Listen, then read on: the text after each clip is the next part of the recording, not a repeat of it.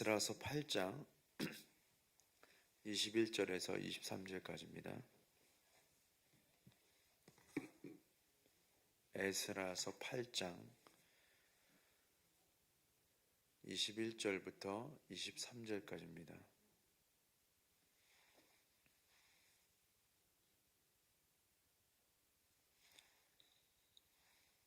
우리 세 절이니까 다 같이 한 목소리로 읽도록 하겠습니다. 그때에 내가 아하와 강가에서 금식을 선포하고 우리 하나님 앞에서 스스로 겸비하여 우리와 우리 어린아이와 모든 소유를 위하여 평탄한 길을 그에게 강구하였으니 이는 우리가 전에 왕에게 아뢰기를 우리 하나님의 손은 자기를 찾는 모든 자에게 선을 베푸시고 자기를 배반하는 모든 자에게는 권능과 진노를 내리신다 하였으므로 길에서 적군을 막고 우리를 도울 보병과 마병을 왕에게 구하기를 부끄러워하였음이라. 그러므로 우리가 이를 위하여 금식하며 우리 하나님께 간구하였더니 그의 응답하심을 입었느니라. 아멘. 할렐루야. 네. 추석 잘 보내셨어요? 연휴가 너무 길어서 너무 교회 오고 싶으셨죠? 네. 이제는 교회 좀 갔으면 좋겠다 이런 생각하셨죠? 네, 5분만 그러신 것 같아요. 네. 자, 말씀의 제목을 한번 같이 따라해 보도록 하겠습니다. 선포하고 간구하라. 네. 여러분은 인생에 있어서 가장 부끄러웠던 순간이 언제입니까? 부끄럽다는 말을 조금 바꿔볼까요? 창피하다라고 한번 해보겠습니다. 이 말이 더 확 와닿는 것 같아요. 인생에 있어서 가장 창피했던 순간이 언제입니까? 막 머릿속에 막 떠오르죠. 많은 사람들 보는 앞에서 많은 사람들이 보는데 넘어졌어요.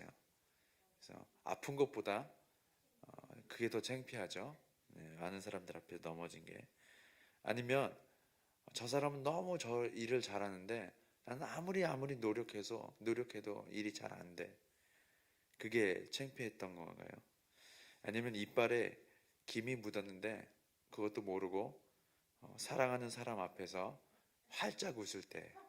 네, 상상력이 풍부하시네요. 그럴 때가 가장 창피했던가요?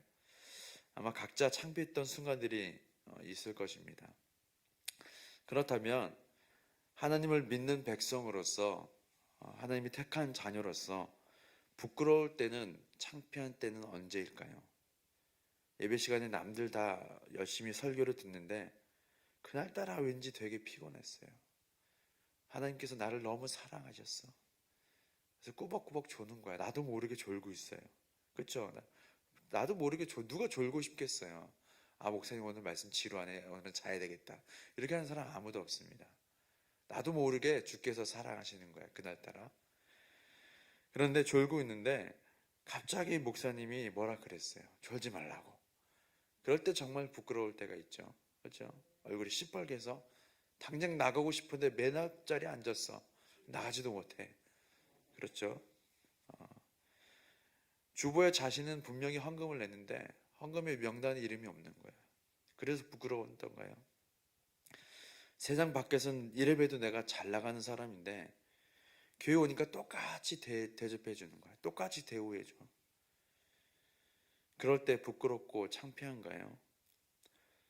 사실 그런데 그런 것은 그때뿐이고 잠깐뿐입니다.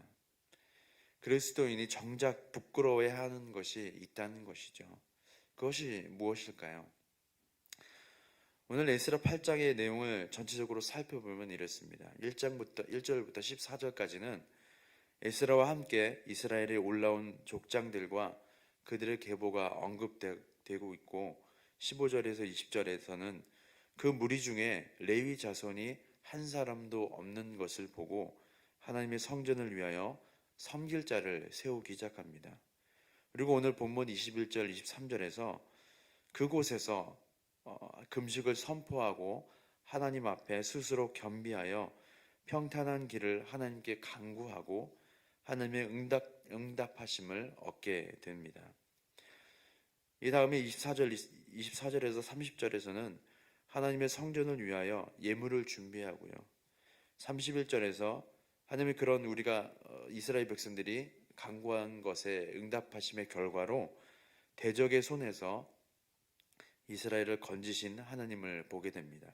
그리고 32절에서 36절 마지막까지는 하나님의 성전에서 드린 제사들과 또한 이스라엘을 도운 총독들에 대한 언급이 나와 있습니다. 이것이 에스라 8장 전체 내용인데요. 이 중에서 특별히 오늘 본문 21절, 23절에서 에스라가 자기와 함께 예루살렘에 올라갈 사람들을 모아두고 그들에게 금식을 선포하고 하나님 앞에서 겸비하고 그리고 이스라엘 백성과 또 소유를 위해 그들의 자녀들을 위해서 하나님 앞에 간구하였다라는 말씀을 통해서 우리가 하나님의 백성으로서 자녀로서 어떻게 각자의 자리를 지켜야 하는지 한번 보도록 하겠습니다. 자, 특별히 22절에서는요. 에스라가 함께 예루살렘에 들어가기 전에 함께한 사람들에게 금식을 선포하고 또 하나님 앞에 겸비하고 하나님께 간구한 이유를 말해주고 있습니다. 22절의 말씀을 한번 같이 볼까요? 시작.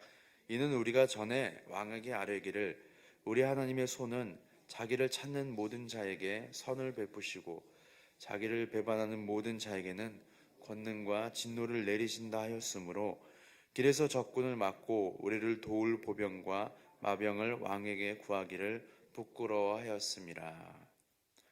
자, 그들이 에스라와 백성들이 하나님 앞에 금식을 선포하고 겸비하고 하나님께 간구했던 이유가 뭐라고 되어 있어요? 이스라엘 백성들이 바빌론 왕 아닥사스다에게 자신들이 섬기는 여호와 하나님이 어떤 분이신지 자신들의 믿음과 삶을 통하여 보여주고 그렇게 말을 하였는데 우리가 예루살렘으로 가다가 길에서 적군을 만나게 되었을 때 우리를 도울 보병과 마병을 왕에게 구하지 않겠다는 거예요.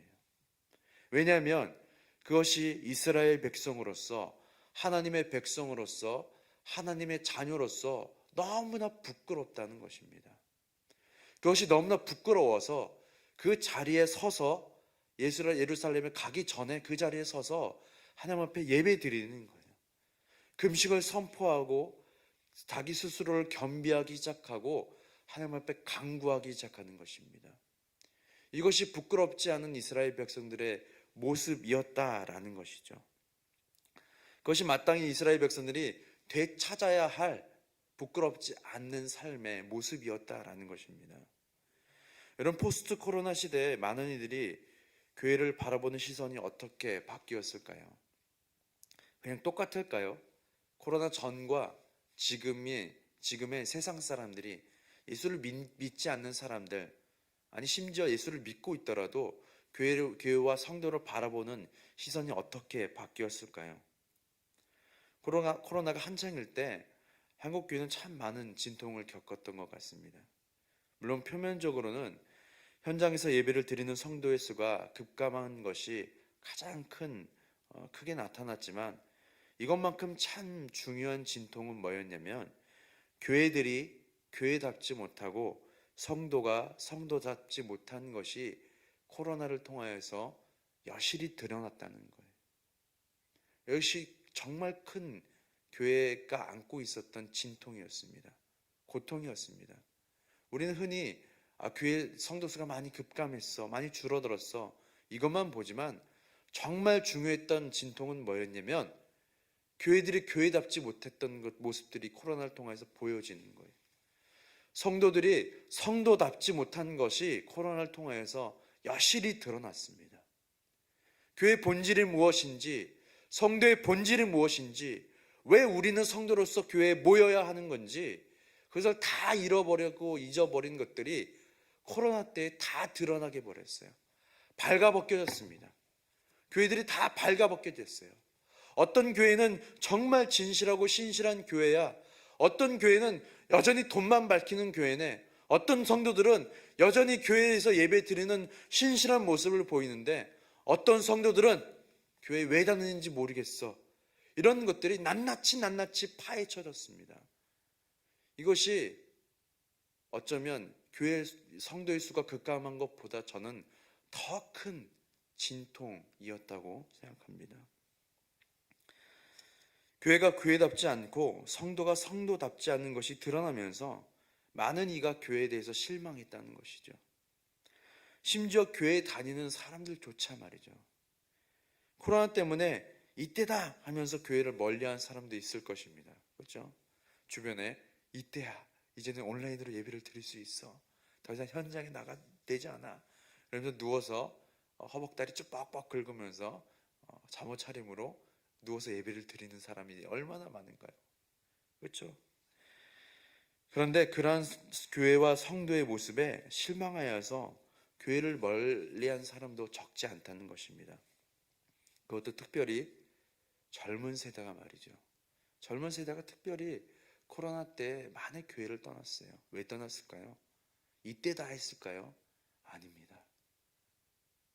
제가 앞서 드린 말씀, 교회에 대한 그런 교회답지 못하는 모습들, 성도가 성도답지 못하는 그런 모습들을 보면서 젊은 세대가 하나둘씩 교회를 떠나기 시작하는 거예요. 우리는 이에 대해서 자각해야 하는 것입니다. 그리고 교회의 그런 모습에 실망하여 교회를 떠난 이들을 향해 쭉정이야 라고 매도해서는 안 됩니다. 그들을 쭉정이로 만드는 책임은 어쩌면 교회를 교회답지 못하게 하고 성도를 성도답지 못하게 만드는 우리에게 있을지도 모르는 것이죠. 따라서 코로나가 끝난 이 시점에서 우리의 교회들이 회복돼야 하는 것은 무엇일까요? 코로나 때문에 여지껏 놀러가지 못한 것을 실컷 놀러가는 것일까요? 아닙니다. 우리 교회들이 회복해야 할 것은 무엇일까요? 다시 교회가 교회다워지고 성도가 성도다워지는 것입니다. 교회는 교회의 본질과 목표인 예배와 선교와 구제에 힘을 써야 하고요. 성도는 하나님의 백성과 자녀답게 하나님을 사랑하고 이웃을 사랑하며 교회를 위해 봉사하는 것입니다. 이것을 교회 밖에 있는 사람들이 다 보고 있어요. 안 보는 것 같죠? 다 봅니다. 우리 가족들이 보고요, 우리 자녀들이 보고, 우리 친척들이 보고, 우리 주변에 있는 사람들이 다 보고 있어요. 어느 교회를 보니까 허구나 놀러만 다니는데 그게 무슨 교회야? 이렇게 말하기 시작합니다. 이런 말을 들으면요, 백날 전도해봤자 소용이 없는 거예요. 아무리 전단지를 돌려도요, 아무리 전도지를 돌려도 소용이 없습니다. 그 교회 가면 맨날 놀러 다니는데, 그 교회 가면 성도의 교제가 없대. 맨날 가면 김장한 얘기만 하고, 맨날 가면은 목장 모임에서 다투는 얘기만 하고, 그 권사가 어떻다는지 험담하는 얘기만 들고, 일주일 동안 내가 하나님의 은혜로 어떻게 살았는지, 어떤 모습으로 어떤 진통을 겪었는지, 나는 어떻게 다시 하나님 앞에 은혜로 나아갔는지, 그런 얘기는 나누지 않고 이상한 얘기만 나누는데, 그런 얘기들이 우리만 알 것 같죠. 세상 사람들 다 알기 시작합니다. 그게 눈에 다 보여요. 서로 성도의 교제가 하는 것 좋죠. 하지만 절제하는 것도 필요합니다. 예배 열심히 드리고 기도 열심히 하고 헌금도 하시고 이렇게 말하면 목사님 저 힘들어서 못하겠어요. 하지만 교회에서 어디 콧바람 쐬러 간다고 하면요, 언제 힘들었냐는 듯이 그런 열정이 어디서 나왔는지 모르겠어요. 마치 초등학생이 봄 소풍 가기 전에 어때요? 잠을 못 자요. 제 아들도 잠을 안 자더라고요. 하루 종일 얘기해요. 내일 소풍 간다고. 마치 그러는 것처럼 교회에서 내일 어디 간다라고 하면 잠을 이룰 수가 없죠. 그렇죠? 내일 주일이야 하면은 토요일에 잠 못 이루는 사람이 아무도 없잖아요. 늦게까지 드라마 보고 TV 보고 그러다가 겨우겨우 아유 주일이야 예배 가야지 일어나서 그렇게 오는 다른 교회 분들이 얼마나 많고 저희 교회는 절대 그런 건 없어요. 이게 하나님 앞에 부끄러운 겁니다. 이게 부끄러운 거예요. 교회가 교회답지 못하고 성도가 성도답지 못하는 것이 부끄럽다라고 얘기하는 겁니다. 본질을 잃어버렸습니다. 본질을 잊어버렸어요. 마치 교회는 놀러가기 위해 있는 것처럼, 사람들 만나서 놀러가기 위해 예배는 덤으로 드리는 것처럼, 이런 모습들이 예수를 믿지 않는 사람들에게 고스란히 보여지는 거예요. 이 얼마나 부끄러운 일인 거예요. 코로나19 지난 이 시점에서 우리가 정말 회복해야 될 것은 무엇인가요? 오늘 에스라가 그것을 우리에게 말해주고 있는 겁니다. 이스라엘 백성들이 예루살렘에 돌아와서 그들이 회복해야 할 것은 무엇이냐면, 이제 예루살렘에 왔으니까 우리 예루살렘에서 평안히 잘 살자. 예루살렘에 왔으니까 그 가는 여정에서도 우리가 아무런 문제 없이 평안히 가야 될 것은 아니냐. 그들이 이것을 외치는 게 아니에요. 그것을 회복하자고 얘기하는 게 아닙니다. 교회의 본질을 잃어버리고 성도의 본질을 잊어버릴 만큼 부끄러운 일이 없는 겁니다. 목사님이 잔소리했다고, 우리의 생각과 맞지 않다고 그것에 화를 내는 것이 아니라, 정작 우리가 하나님의 백성이고 자녀임을 망각하고 세상 사람들과 똑같이 살고 있는 것에 우리는 우리 스스로 화를 내야 하는 거예요. 나 자신에게. 이스라엘 백성들이 70년간의 포로 생활 중에도 그 믿음을 지켜왔어요. 하나님께서 반드시 우리 민족을 이스라엘을 회복시키실 것을 인내와 소망으로 세대와 세대를 거쳐 그 약속을 기다려왔는데, 우리 하나님은 그런 하나님이시라고, 전능하신 분이시라고, 우리가 비록 지금 이렇게 포로 생활을 하는 것은 우리가 하나님의 말씀을 잘 듣지 않아서 잠시 고통을 겪는 것 뿐이라고, 우리 하나님은 원래 그런 분이 아니라고, 얼마나 강하고 능하신 분이신 줄 아냐고, 예전에 전설로 내려오는 애굽의 이야기를 너는 알지 못하냐고, 그 하나님이 바로 우리 하나님이시라고, 지금도 그분은 살아 역사하신다고 그렇게 말하고 그렇게 믿고 그렇게 외쳐왔는데, 이제 와서 하나님을 의지하지 않고 세상 권력에 자신의 몸을 맡기는 그것이 에스라가 부끄럽다는 거예요. 나는 하나님께서 택하신 백성이고 자녀인데, 백성이 백성답지 않게, 자녀가 자녀답지 않게 하나님을 의지하지 않고 세상의 권력을 의지한다는 것이 이 세상 무엇보다 부끄럽다고 얘기하는 겁니다.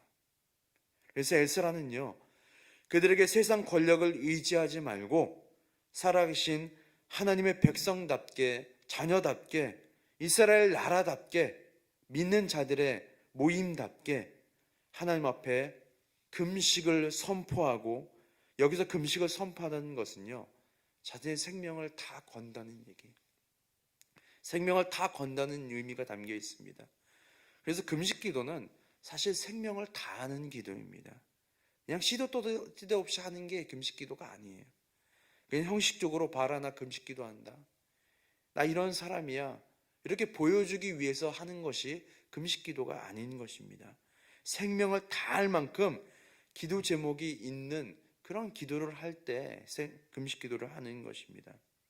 그래서 에스라가 이스라엘 백성에게 생명을 다할 각오로 하나님을 의지할 마음을 다지고 그분 앞에서 각자 스스로 거룩한 모습으로 겸비하기 시작하고, 자신들과 어린아이와 자기 자녀들과 자신들이 가진 소유마저도 하나님의 인도하심으로 무사히 여정을 마칠 수 있도록 하나님께 간절히 기도하라고 명령하기 시작합니다. 그리고 모든 백성이 한 마음과 한 뜻으로 그렇게 행했을 때 하나님 그 기도에 응답하시죠.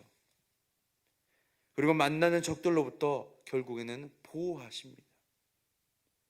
예루살렘에 무사히 들어가 하나님 앞에 영광스러운 제사를 드리기 시작하고요. 그리고 더 나아가 각 지방을 다스리는 총독들마저도 이스라엘 백성들을 돕기 시작하는 거예요. 이것이 이스라엘 백성들의 본질이었습니다. 이것이 이스라엘이라는 나라의 하나님의 자녀로서의 본질을 회복하는 것이었어요. 당시 에스라에게 바벨론 왕, 당시 최강국을 달리는 이 바벨론이라는 나라의 아닥사스다가 얼마나 막강한 권력과 후원을 에스라와 이스라엘 백성에게 내렸는지 우리는 잘 아실 것입니다. 에스라야, 너 걱정하지 마. 내가 다 해줄게. 하나님의 성전에 들어갈 예물조차도, 금은 보화까지도 내가 다 채워줄게. 너 걱정하지 마. 이 이스라엘 백성을 건드는 놈들은 내가 다 족쳐 줄게. 이렇게, 죄송합니다. 이렇게 얘기하는 거예요. 걱정하지 마. 너는 가는 길에도 걱정하지 말고 예루살렘에 갈 때도 가서도 하나님 앞에 마음껏 예배드려. 걱정하지 마라. 내가 다 책임져 줄게. 라고 말하는 것이에요. 그때 당시 가장 최강국인 바벨론 왕이요. 황제죠, 사실은요. 그런데 에스라는 그것을 의지하지 않겠다고 선포하는 거예요. 하나님, 저 그거 의지하지 않겠습니다. 우리 이스라엘 백성이 하나님의 택한 백성으로서, 하나님의 사랑하는 자녀로서 이 자리에 서 있는 것은, 우리의 본질은 그게 아니에요. 이 세상의 권력을 의지하는 게 우리의 본질이 아닙니다. 우리는 그 자리에서 하나님 앞에 금식을 선포하고 겸비하며 우리의 도우심은 오직 하나님께로부터만 나옵니다 라고 하나님께 간구하는 그 모습이 우리의 본질입니다. 그것이 우리의 모습입니다 라고 그 막강한 권력을 거부하는 거예요. 의지하지 않겠다고 하는 것입니다. 사람이요, 권력이 생기면 돌변합니다. 참 대단한 것 같아요.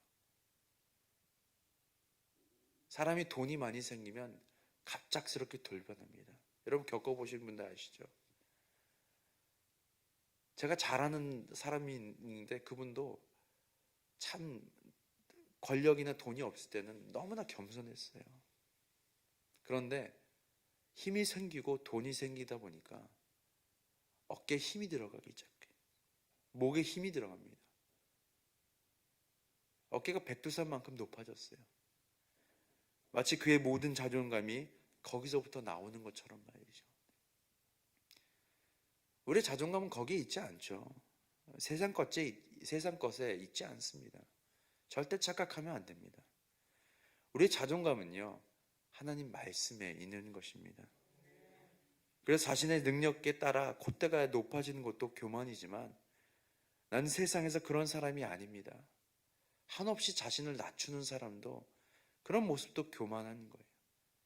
하나님이 너를 존귀한 자녀라고 얘기했는데, 하나님 저 존귀한 자녀 아니에요. 이렇게 생각하는 것도 역시 교만인 것입니다. 사울이 얼마나 겸손했습니까?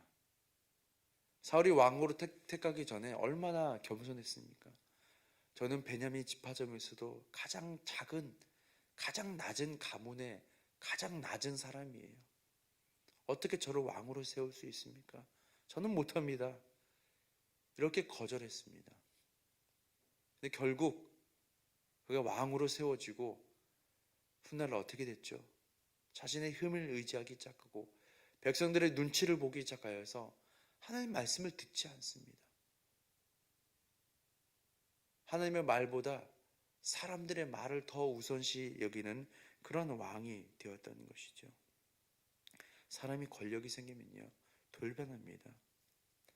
이스라엘 백성은 충분히 왕의 권력과 부를 이용해서 안전하게 예루살렘에 갈 수 있었어요. 충분히 그것으로 말미암아 그들을 회복할 수 있을 거라고 생각했습니다. 할 수도 있을 것입니다. 세계 최강 미군이 우리가 추석에 고향집에 가는데 경호를 한다고 생각해 보세요. 딱 우리 차가 딱 가는 추석에 다들 고향 내려가신 분들도 계시고 또 여기가 고향이신 분들도 계시죠. 막 자녀들이 막 차 타고 막 올라오는데 세계 최강의 미군 막 탱크들이 막 앞뒤로 호위해요. 얼마나 든든하겠어요. 그렇죠? 당시 이스라엘 백성들이 바벨론에서 나오는 그 여정들이요, 얼마나 도적들도 많고 산적들도 산이 많이 없죠. 어쨌든 도적들이 얼마나 많겠어요. 그런데 충분히 왕에게 구하여서 우리를 지킬 보병과 마병을 달라고 할 수도 있을 것입니다. 아니, 왕이 그렇게 해주겠다고 얘기해요. 하지만 에스라가 그것이 부끄럽다는 거예요. 우린 여지껏 아닥사스다 왕에게, 바벨론 왕에게 바벨론의 포로의 신세로 있었지만 그럼에도 불구하고 우린 여지껏 하나님의 자녀로서의 백성으로서의 본질을 잃지 않고 그분 앞에 나아가 예배하는 삶을 잃지 않고 그렇게 살아왔는데 이제 와서 세상 권력에 우리가 의지하겠다고 하는 게 너무나 부끄럽다는 거예요. 하나님의 백성으로서 부끄럽고 하나님의 자녀로서 너무나 부끄럽다는 거예요. 하나님을 의지하지 않고 다른 것을 의지하는 것이 정말 부끄러운 일이라고 말하고 있는 것입니다. 우리도 마찬가지입니다. 우리가 정말 부끄러운 것은 무엇인가요? 우리가 정말 부끄러워해야 하는 것은 무엇입니까?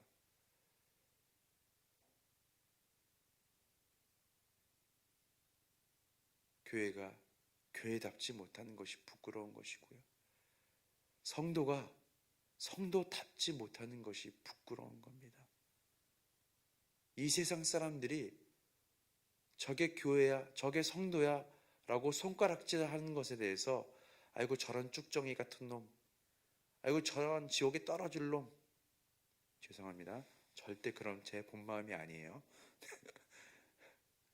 이렇게 손가락질하고 이렇게 폄하하는 것이 그것이 부끄러운 겁니다.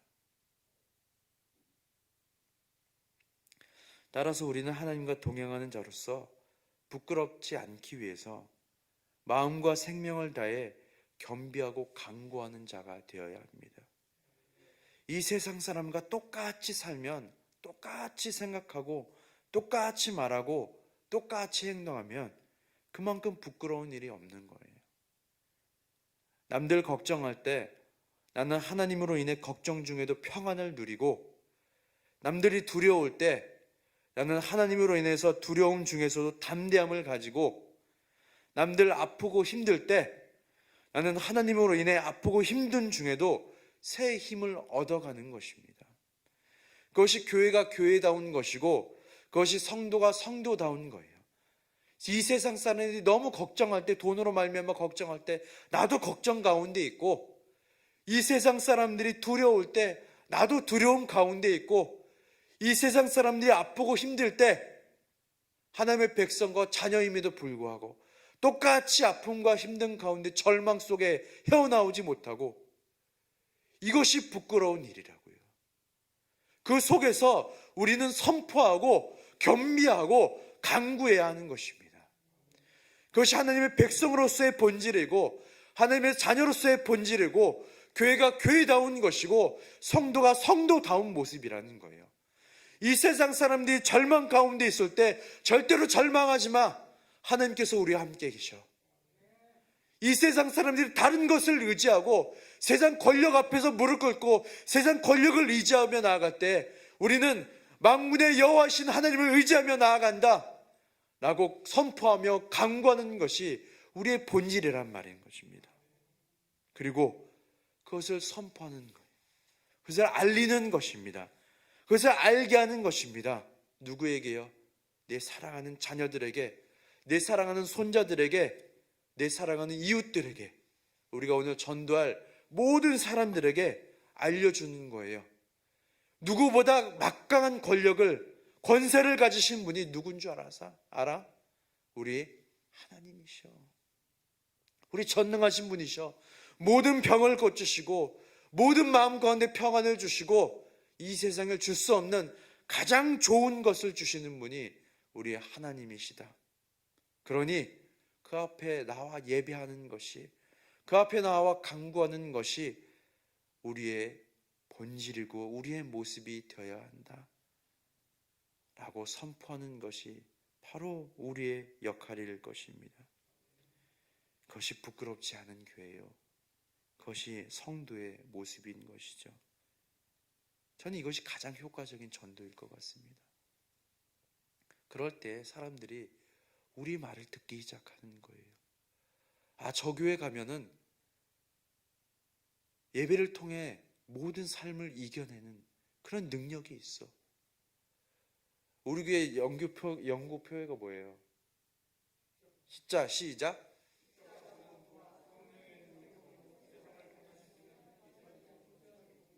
아멘이십니까? 이럴 때 사람들이요, 우리 교회를 보기 시작합니다. 우리 성도들 한 명 한 명을 보기 시작해요. 교회가 교회다워질 때, 성도가 성도답게 하나님만 의지하기 시작할 때, 그럴 때 세상 사람들이 보고 나도 저 교회 가봐야지 라고 생각하는 것입니다. 이게 가장 큰 전도 아닐까요? 아멘이십니까? 왜 아무도 아멘을 안 하세요?